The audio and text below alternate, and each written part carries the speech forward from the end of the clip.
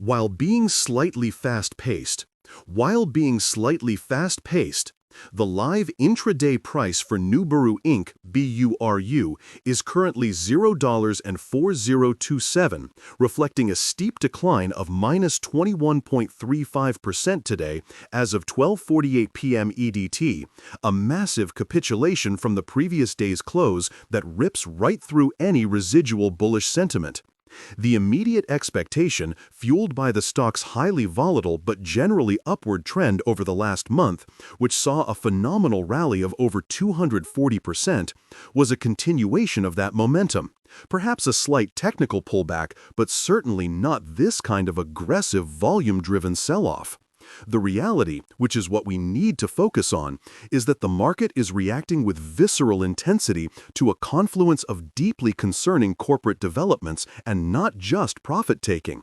This kind of price action, with a volume of nearly 170 million shares already traded, which dwarfs its average volume, is a clear signal that the underlying structure is more fragile than the recent meteoric rise suggested. And the curiosity loop begins here. What exactly is forcing this rapid, violent reevaluation of the stock's value? And how does it relate to the company's bold pivot into the defense tech sector? The surface-level market narrative frames Nubaru as a high-growth, innovative laser technology company transitioning into the lucrative defense and security space, a narrative that has successfully driven the recent multi-bagger rally. Investors, especially those who prefer the high-octane environment of small-cap speculation and utilize platforms like Robinhood for quick trading, have been captivated by the seemingly transformative acquisitions and strategic announcements.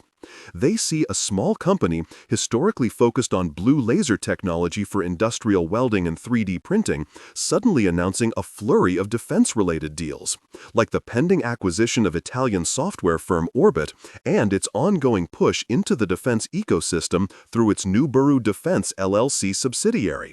This is the expectation, a dramatic, successful pivot to a higher margin, high multiple sector, potentially making this a legitimate defense tech play. However, the reality, as the dramatic stock movement today confirms, is considerably more complex and fraught with high-stakes execution risk and, critically, immediate corporate governance and compliance challenges.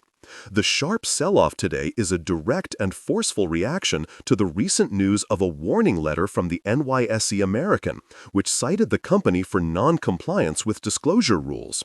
Specifically, the exchange found that Nubaru failed to provide the required advance notification before publicly announcing its implementation of a dual CEO structure earlier this month. In the context of microcap stocks undergoing massive corporate restructuring and raising capital, an official warning from the listing exchange is far more than a simple administrative oversight. It introduces a layer of fundamental uncertainty and risk premium that the market is currently quantifying with extreme prejudice. When you're attempting a high-wire act of strategic transformation, capital raises, and complex international acquisitions, a public slap on the wrist for governance issues casts a long shadow over management's operational discipline and ability to navigate the complex regulatory environment. This is the contrarian take that challenges the simple bullish narrative.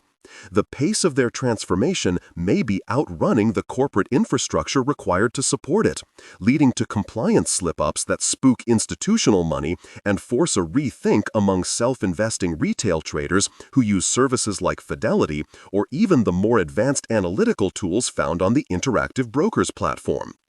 The extreme volatility that has been characteristic of Nubaru stock's trading, including the massive volume spikes that have marked both the recent surge and today's collapse, highlights that this is a highly speculative vehicle, driven more by news catalysts and retail herd behavior than by solid, demonstrable financial results, which remain heavily loss-making.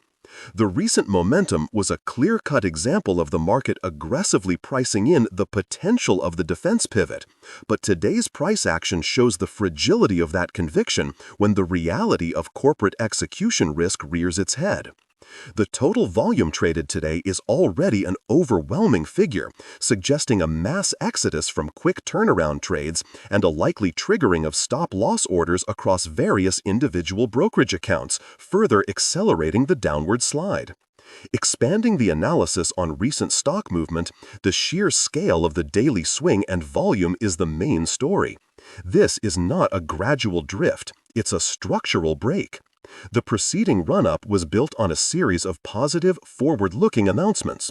The dual CEO structure meant to accelerate the defense strategy, the binding agreement to acquire Orbit, and the prior announcement of a $12 million public offering in September to drive strategic growth. Each piece of news served as a new rung on the ladder, but today's news, the NYSE warning, has severed the climb. We're seeing what happens when the expectation of flawless rapid execution meets the reality of regulatory friction. The institutional activity here is telling, albeit limited in total size. While the overall institutional ownership is low, filings show some activity from funds that track broader indexes, such as those found in Fidelity ETFs, or even certain Schwab Intelligent portfolios that have exposure to the small-cap segment. But the overall conviction is clearly weak. The high short interest percentage, which was a contributing factor to the explosive upward move, the short squeeze dynamic, now becomes a risk for the long side. Short sellers, who were under pressure during the rally, are likely feeling validated and may be adding to their positions, putting further downward pressure on the stock. Moreover, the massive increase in trading volume, with the stock plunging more than 21% intraday, signifies that the selling pressure is broad and aggressive, indicating a clear, coordinated move to liquidate positions rather than just a quiet technical retreat.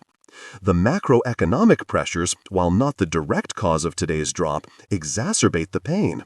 In a tightening credit and high interest rate environment, speculative, pre-revenue or minimal revenue companies like Nibiru, which require significant capital for their transformation plan, are highly vulnerable.